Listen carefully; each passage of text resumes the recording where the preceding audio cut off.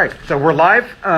Any particular place, movie you'd like to start with, one or the other? Could start with Field of Dreams? All right. Sure. So this afternoon's film discussion is on Field of Dreams. That's at least our first film. Any particular place you'd like to start? He's hallucinating. Ray? He's like auditory hallucination. Well, I mean, among the many or a few taglines of this film is the voice, Yeah. right? So there are perceptual disturbances. So we could definitely start out with that. All right. So perceptual disturbances. Again, a week away from your shelf exam. Tell me the difference between a hallucination and an illusion. an illusion is like there's a stimulus there that's being like misperceived versus a hallucination. There's no stimulus there and they're seeing something. Now, in the beginning, this might be an illusion, right? Because there's wind, Yeah. And then right? And he even looks up like, what did I just hear? So it might be an illusion. And certainly, he actually is seen by his primary care physician, who almost, if you can kind of read between the lines, supports that idea in that I didn't see the PCP being overly concerned. Now, I think the rapport wasn't necessarily professional, but I mean, at least there didn't seem to be over concern. So might or maybe an illusion, right? However, this develops further. Which, from your perspective, is there anything in this film that might explain why?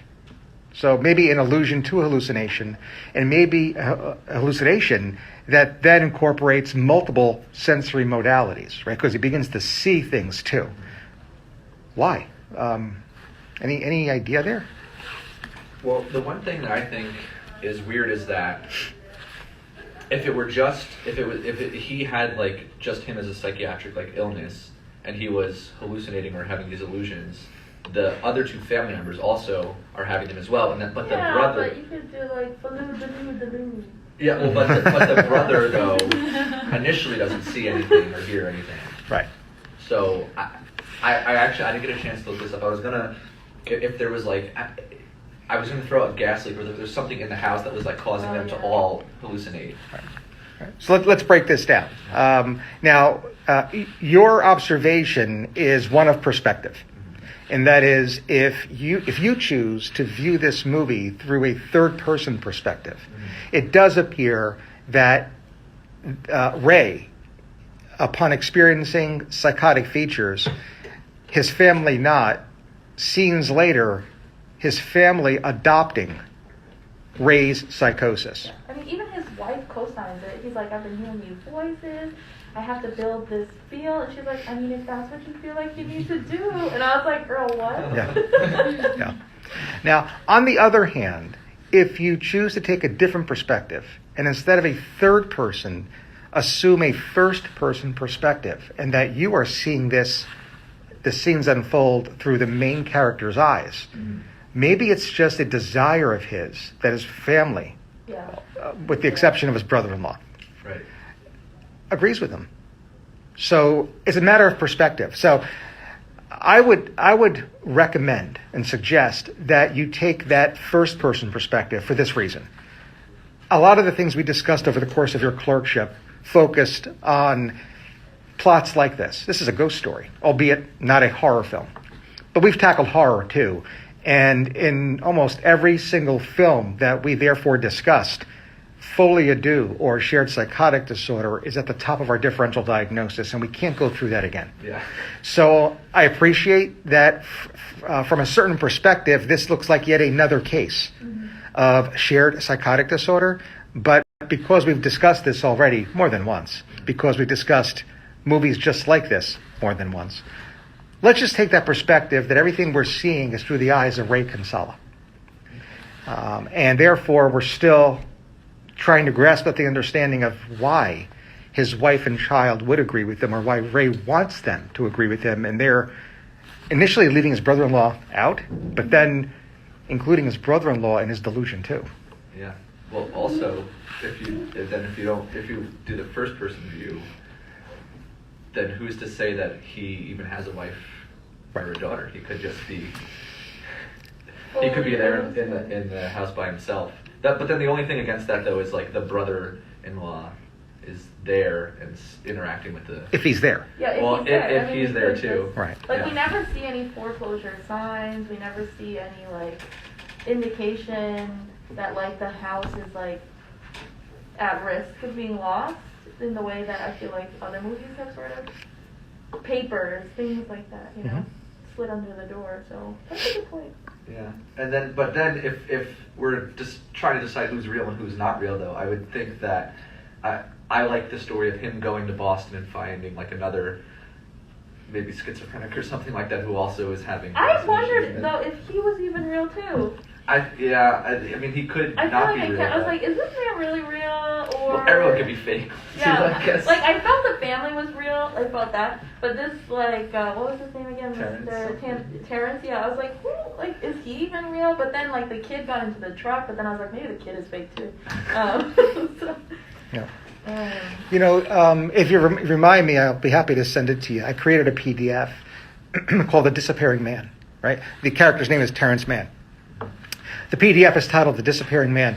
If you look at that scene when Ray, after the ball game, drops him back off at his Boston apartment, and Ray, I'm sorry, I take it back. It's prior to. So he's dropping him off for the first time. And it's moments away from Ray making that U-turn and then stopping the car, Terrence jumping in, and they're headed to Minnesota. Okay? Well, I guess to Minnesota together, right?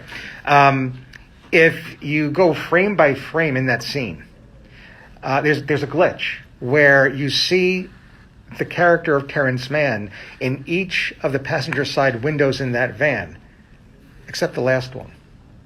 And it's an editing glitch. However, it's one that if you have to take some creative liberty with, might actually be supportive of the idea that maybe this is a product of the main character's mind. or And even when he's looking for him at the beginning and asking around, and I think it was like a lady that he bumps into, and or a man, and they're like, well, if you were really their friend, like you would know where to go.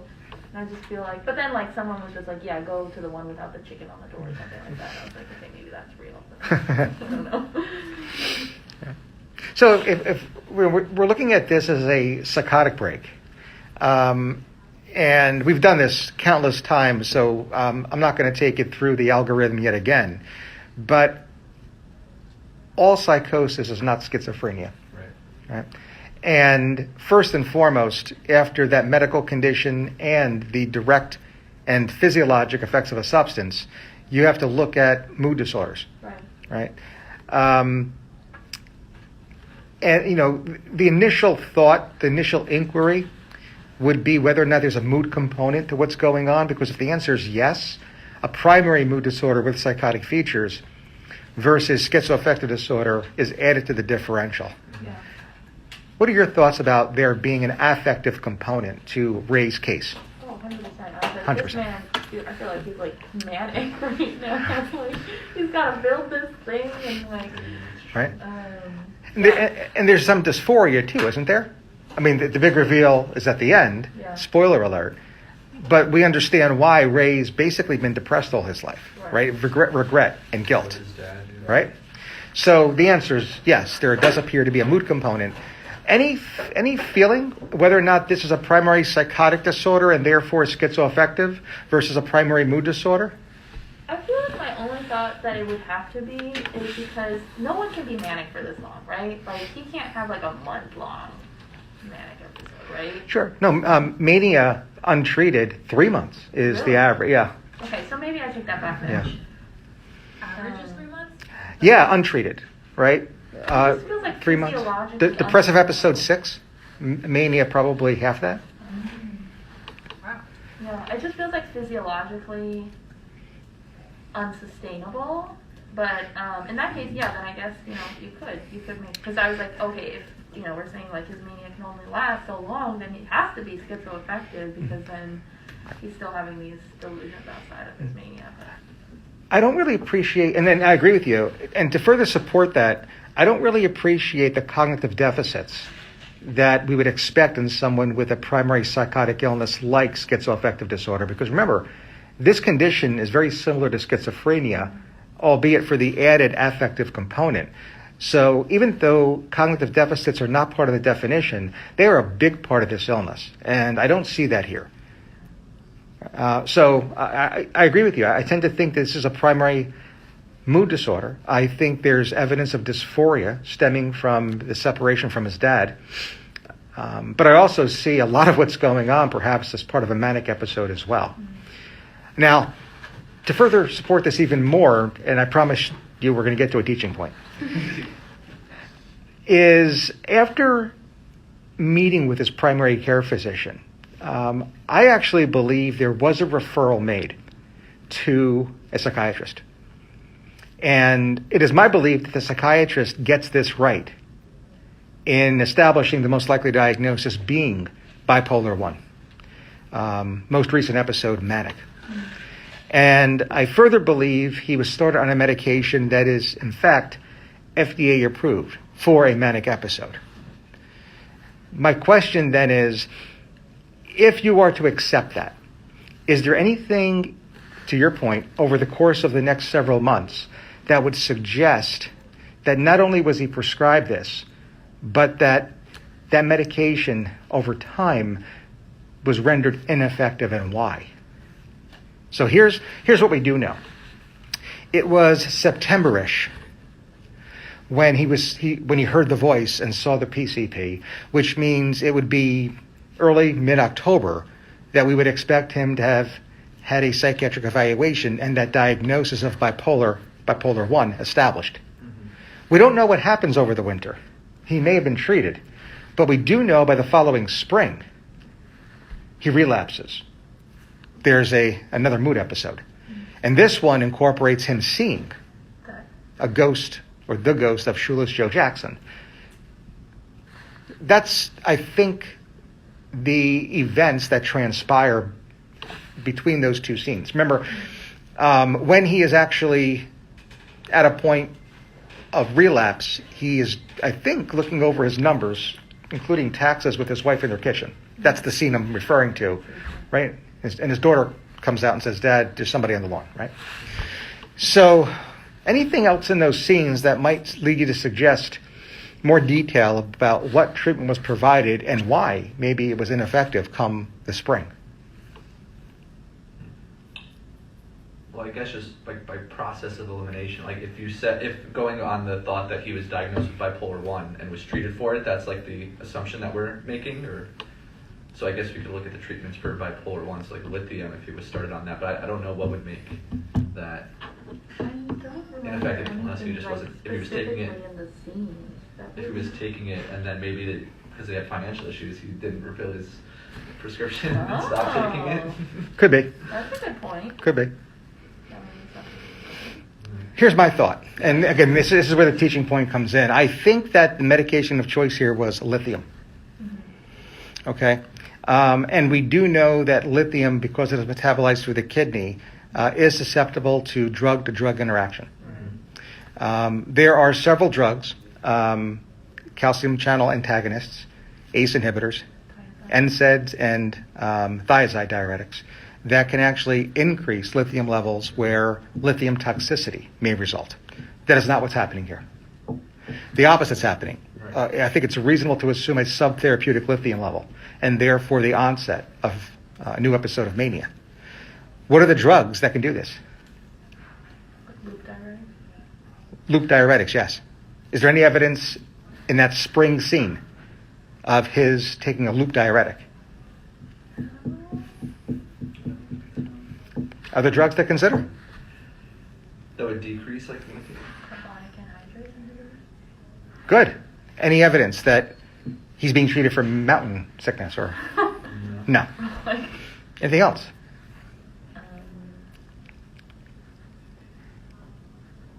caffeine. What is he drinking in that scene? Right. So, and again, it's a cup of coffee. I get it, but boy, what a nugget! Phil Robinson handed us in that scene. His drinking coffee. And oh, by the way, coffee is in several other scenes, right? A matter of fact, I think that, and again, I may not get the exact wording down from the script, but upon seeing the ghost and then his wife, quote unquote, seeing the ghost, if she's truly seeing the ghost, I think she says something along the lines of, put on another pot of coffee. I think he does say that, yeah. Right? And then when he goes and visits Yeah. Terrence Mann, he's drinking coffee again. Right? So it's in multiple scenes. Now, again, if you're a coffee drinker, you may look at that and say, I drink triple that in a day. And I get that. But there's certainly evidence in this movie that we have a character who is bipolar, who happens to be drinking coffee and who becomes manic. And if anything, it's to remind us that caffeine is one of those drugs. And it may actually explain what happens to him that spring. Is there like a known, like, have they studied like how many milligrams of caffeine or whatever? So it's just Not to my knowledge. Okay, so Not to my knowledge. So that certainly is. Now, the other thing to consider here is that the initial eval and the treatment plan was insufficient. And it is true, lithium is in fact FDA approved for the treatment of mania. He also had psychotic symptoms. So for severe manic states, the current recommendation is dual therapy, is polypharmacy of lithium plus an FDA-approved antipsychotic, usually of the atypical class. Chlorpromazine, Thorazine, is a first-generation typical antipsychotic that you can use, but otherwise we're talking about the atypicals. If he had been on one, and if his lithium level was to be subtherapeutic due to caffeine ingestion, he may have been covered. And he may not have seen anything. He may not have experienced any perceptual hallucinations that spring. Okay? So that scene, and we could add in the initial quote-unquote voice, not only is suggestive of bipolar, but not only is suggestive of bipolar being a chronic illness with relapses and remissions, but why an individual may relapse. Of course, at the top of our list would be noncompliance. Stress can certainly, it's biopsychosocial. So psychosocial stress, we know that he's stressed. Matter of fact, they're looking at the numbers when he sees the ghost in the spring. But in addition, bio may actually be caffeine and that drug-to-drug interaction. So those medications, again, are caffeine, the osmotic diuretics, Lasix, loop diuretic, carbonic anhydrase inhibitor, Diamox. Those are the main medications that you'd be concerned about. And while none of them really exist from the diuretic class, caffeine not only exists in this movie, but there are enough scenes, I think, that would cause us clinical concern. Question about someone who has like bipolar disorder, bipolar 1, and they're manic and have the psychotic symptoms as well. So when someone like that comes in, because there was this question that we've gotten, and the answer was to give them olanzapine because you can give it IM. I guess sort of what's the threshold for giving an oral? And I know it depends on like if they can actually take it and are compliant with that, but like seeing that if that's all checked, would you still opt for olanzapine IM, or would you just give them a different one, or like any kind of atypical antipsychotic orally, and just wait till the psychosis goes down?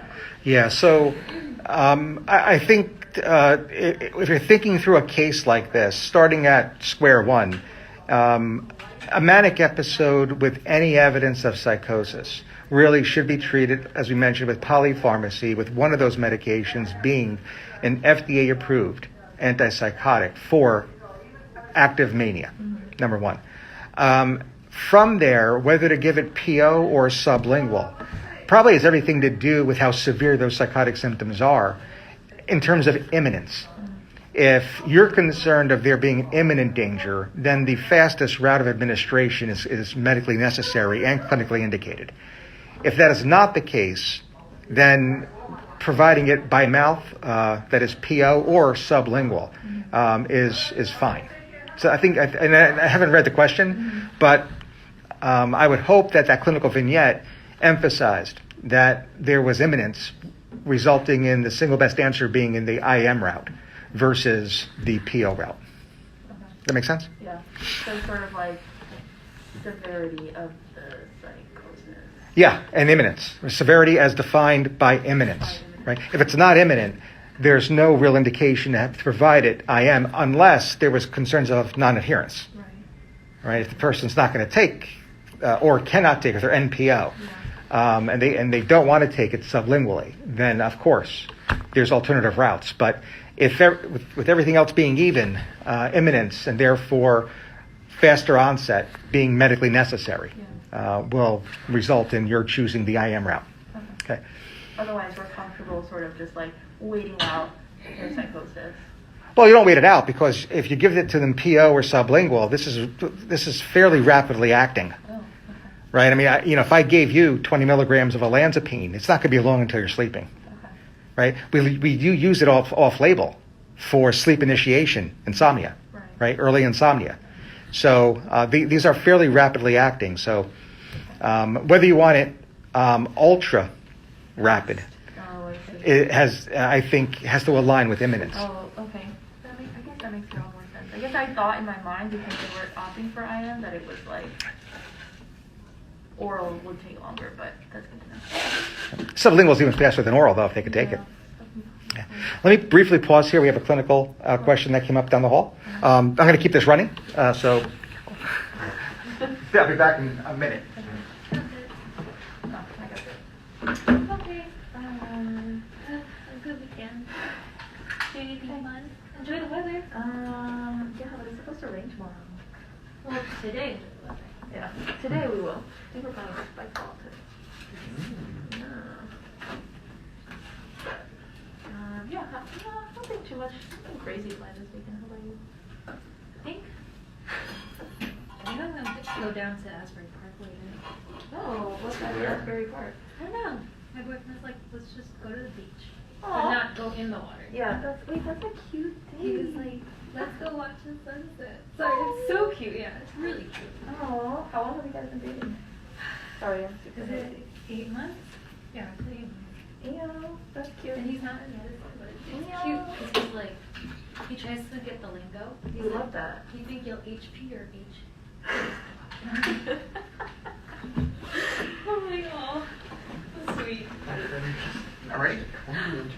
Ooh. It's 12:30. When is it? Any thoughts about Field of Dreams beyond this?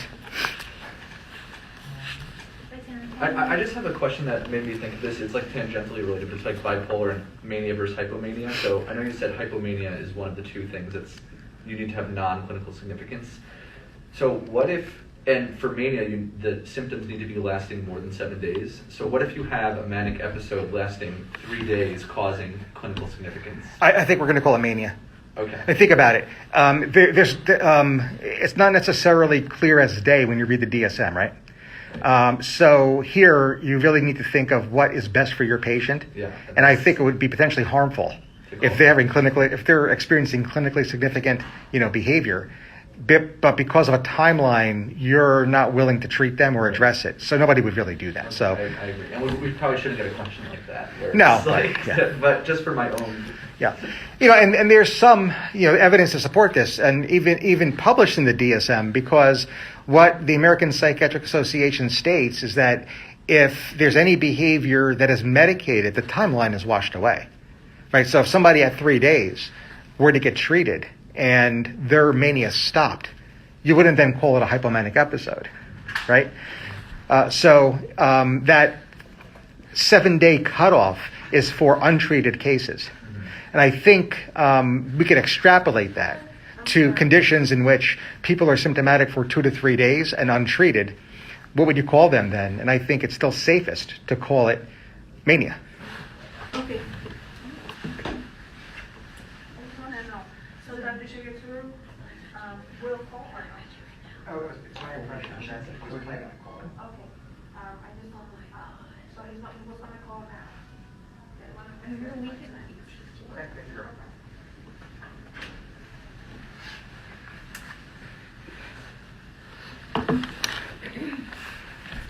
The other cool thing, and I'm remembering this now, and I apologize that I can't be nerdy and give you a timestamp, but there's this scene where in the beginning of this movie, Ray is digging out a plant, a stalk, and I've asked this, so it wasn't like they necessarily offered, but several students who actually were raised on a farm told me that made no sense. What they were observing made no sense. And I love that scene because as he dug out that stalk, it reminds us that dig fast happens to be the acronym that we've all learned the manic symptoms from. Now, again, to really make this this would have been much cooler if I could have given you that timestamp, how impressed you would have been, but I don't have it. But that's certainly been a discussion that we've had at lecture. Interesting. Anything else about Field of Dreams? Are we discussing both the movies Yeah. within this hour? Yeah. Okay. I feel like there's a lot to unpack in the other one as well too. I don't know. Did you No, have another character in mind in Field of Dreams? No, the only one I will focus on that I think is noteworthy is Moonlight Graham. Okay. And it's really Moonlight, similar to Terrence, through the eyes of our main character. So I'm really not moving off of Ray necessarily. You know, whether Terrence Mann exists or not, I don't know. But Moonlight is a ghost, right? I mean, in Minnesota, he's either a ghost or our main character, Ray, believes he's able to time travel, right? So clearly there's worsening of his psychosis in either direction. If he's a ghost, there's a metaphor here. What metaphor might that be? What might you be concerned about as a prescriber, a physician treating someone with bipolar 1, active mania, in terms of untoward outcome? With seeing a ghost, like what are you concerned about? Well, no, just generally speaking. Like in terms of medication side effects? No. Worse. Like suicide? Yeah. Okay. Yeah. Yeah. I mean, how is that not a metaphor, Oh, because it goes like death and death. Okay. right? I mean, there's reason to believe that in Minnesota, Ray took his life, right? And if you choose to discuss Field of Dreams through that perspective, it does remind us that there is a black box warning on medications that are FDA approved for the treatment of bipolar mania, and that is for valproic acid. Increase in suicidal thoughts is on that label, right? So there's evidence to suggest that the physician that initially prescribed medication to Ray for the acute manic episode back in the prior fall did put him on polypharmacy, lithium plus perhaps valproic acid. Unfortunately, that prescriber missed the antipsychotic. It should have been lithium plus the antipsychotic. With the subtherapeutic lithium level, there was no antipsychotic coverage to prevent a relapse of psychosis, which does happen, and results in this character ending up in Minnesota and perhaps taking his life. Now, again, the manic episode in and of itself poses significant risk for suicide. But the role that the mood stabilizer played is really unknown. There, on the label, it does say increase in suicidal thoughts, and that's valproic acid, another medication that is FDA approved for the treatment of acute mania, and therefore may have also been part of the prescription in the treatment plan, albeit the fall prior. All right, let's switch over to Stephen King's Misery. Any final questions or thoughts about Field of Dreams? What is going on in Colorado these days, A lot. or in the 90s? TJ and I were talking about it earlier for this movie, what the diagnosis could be. What do you got? So we've got antisocial personality disorder, B1. But I also think there are also elements of bipolar, in that there are moments where it seems like she's splitting. Like she adores the writer, but then there are times where she'll like lash out. And then there's also an element of maybe fixation as well. Because the way she talks is almost childlike in certain ways, like she won't cuss Like, she won't use certain language, and she'll get very upset when he uses it in his book. Okay. All right, so let's tease this out then, okay? Because I'm hearing a few things. First and foremost, does anybody here have any problem with our saying that this movie portrays an individual, a character, that demonstrates a blatant disregard for and the violation of others' rights? Yes, that's very fair. Right, okay. That said, not everyone with that cardinal feature is antisocial personality. One of the things we'd have to be very careful of is that this behavior is manifest during an episode that itself would explain that those antisocial traits. So that's number one. Okay. Now, having said that, and the other way to say this is that as we're looking to evaluate or work someone up for any personality disorder, another or coexisting psychopathology has been ruled out. That is, it can't explain the behavior, right? That's the same exact thing. What evidence is posed in this movie to suggest that this may in fact be antisocial personality, however? In terms of like, aside from her disregard for others and all that stuff, so you need also evidence of like conduct disorder before age 15, Is there such evidence in this movie? potentially. How so? When they're looking through all the newspaper articles, there's something about like her, I don't know what age it was, but like her dad falling downstairs or something when she was young. Yeah. So she could have potentially killed her dad, which Right. would qualify for that. So we probably, even though we should always be very careful about discussing personality disorders in general, and in this case, antisocial personality disorder in particular, as a primary diagnosis upon first meeting someone, aka upon first watching Misery.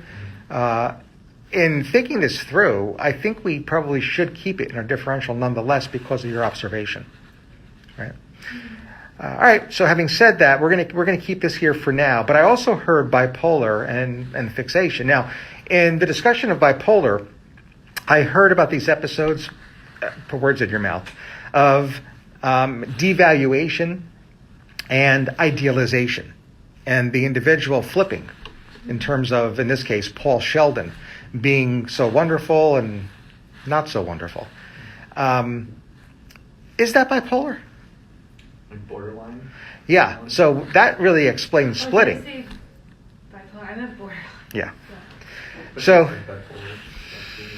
So it looks like we have a cluster B kind of to discuss here, because now we're hearing borderline traits, specifically the splitting, specifically or as demonstrated by periods, episodes of devaluation, idealization, right? And that's that could lend to mood lability, which itself is a diagnostic criterion of borderline personality disorder.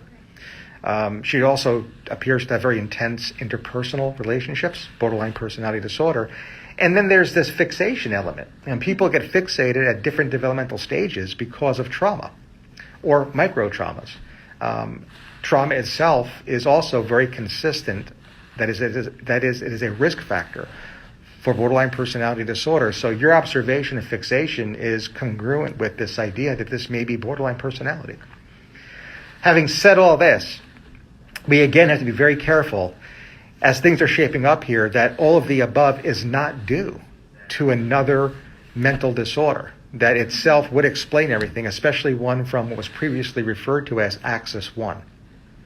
Right? So are there any other psychopathologies that we might consider that may actually explain everything we're discussing right now? Could it also be like a delusional disorder?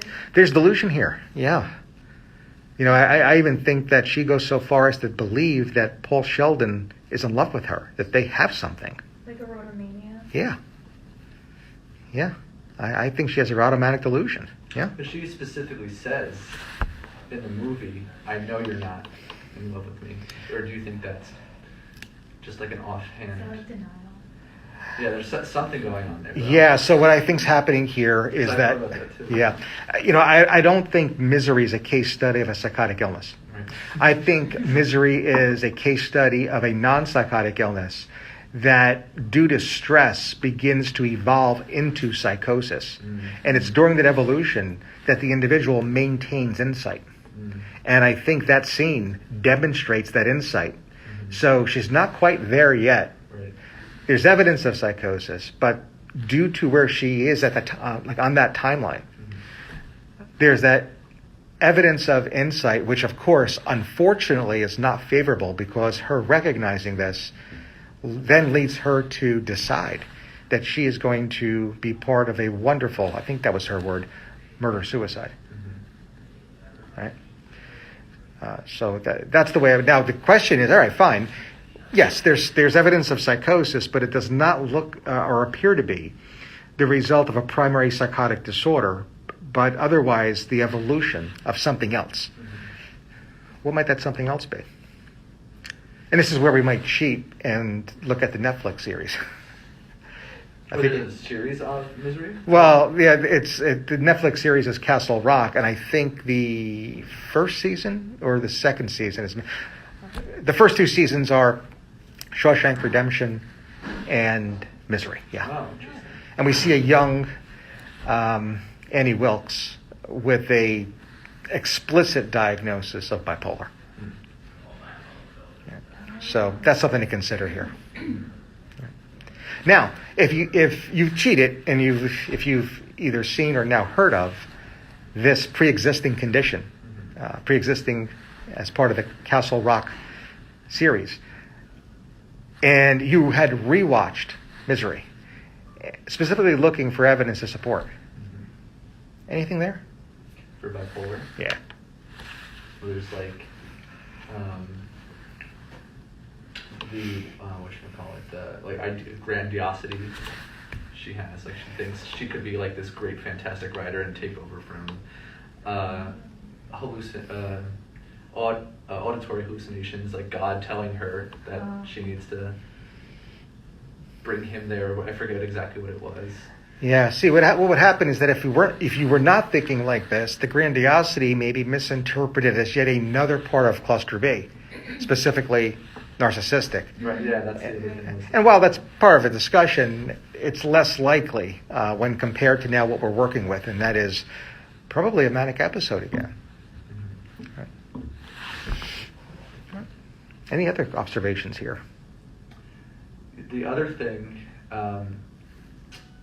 that I know, I don't know where this fits into like these discussions. Is it more of like an OCD line, which is like completely sort of irrelevant to this, but the penguin that she has, I don't know where if that fits into something else that she noticed is like facing south. And I noticed that when I was watching it, I was like, that's definitely going to come back to be something. Yeah. So she notices her penguin figurine is like not facing the right way. Completely agree. And I don't know if it fits neatly into anything we've discussed. I think she probably does have a co-occurring OCPD, obsessive compulsive personality. Now, having said that, if we were to kind of circle back to this idea of antisocial personality, and we added on that element, we might be actually then now kind of getting to a point where we're going to discuss psychopathy, right? The premeditated nature of someone who has a blatant disregard for and a violation of others' rights. There's mental illness, but then there's also this psychopath where they're that planning and cunning. So that's something to consider here. Yeah, and what I was looking at that too, because like psychopathy or whatever isn't in the DSM-5. So, but there was that what you were saying? We discussed something before, and I forget what it was about someone being a psychopath. Is it if they have antisocial like personality traits without evidence of conduct disorder? Is that like one of the okay? That's one of the ways in which we would use that clinical term. Okay, but then the other way you were just saying now is if they have like other like premeditated ideas and stuff. Would it also be if there's personal gain from some of the things? Potentially. The answer to your question really focuses primarily on the history of this clinical term, psychopathy. It's not a diagnosis, but a clinical term. This comes from forensic psychiatry. Last name of the psychiatrist is Hare. You can look it up, the Hare psychopathy scale. The idea here was that while antisocial personality primarily focuses on behaviors, the one thing that forensic psychiatrists believed was that there was a de-emphasis of feelings and like motivations of behavior. So what they did was construct a scale to pretty much augment and therefore supplement the DSM criteria. So if you look at the Hare psychopathy inventory, you'll see several features that overlap with the DSM definition of antisocial personality disorder, and then another half dozen or so that clearly don't. And those features that are extra are the ones that the field of forensic psychiatry and psychology believed really captured the feelings and motivations behind the behavior, whereas the APA focused primarily on behaviors. So there's no like modifier. You can't like diagnose someone with like antisocial personality disorder with psychopathic. Not yet. tendencies? That might be coming. Okay. Right? That's a great idea. Yeah, And maybe in the sounds next like it makes revision. sense. Yeah, it would make sense. Right? But that's something you have to consider here. Now, of course, what would help us, and one of my residents just last year did a wonderful job with this, Annie Wilkes on trial. Right? She's considering a career in forensics, doing a forensic fellowship. And she created this PowerPoint of what would happen if Annie Wilkes had survived that gunshot wound. And I'm sorry, not gunshot. Yeah, the typewriter wound, air quotes, and then was brought to trial. And one of the things, I'm not going to go into it, and if you remind me again, I can get Grace to send you her PowerPoint. But one of the things I do recall her discussing was, on the stand, she will have to, under oath, let us know what happened across a timeline. That is, in her history when she murdered that top nursing student, etc., were there any signs or symptoms of digfast? Because if they were absent, and we would bring professors in and nursing supervisors in to, under oath, testify to this. If they're absent, then there are antisocial traits at work here. If on the other hand, they are not absent, then those antisocial traits might then be due to a larger condition, rule out mania, bipolar 1, most likely diagnosis. So that's where this would go in court. Okay. Then, of course, legally, and again, I don't want to get into a presentation, the legal standard is, even if you establish that all of the above is due to bipolar, did she understand what she was doing during that florid manic episode decades ago when that murder was committed? And evidently the answer is she definitely understood, because she was incarcerated, Right. and her psychiatrist did not do a good job defending her, good enough job defending her. I don't know how she was out of jail like so quickly. Relatively. I don't know. Yeah. All right. We're going to actually stop it here. And actually, next week we are off from didactic because of shelf. I mean, if you want a written excuse, I can get you back here for movie discussion in lieu of the shelf. But until we work that out, good luck on the shelf, and say goodbye to everybody watching from the outside.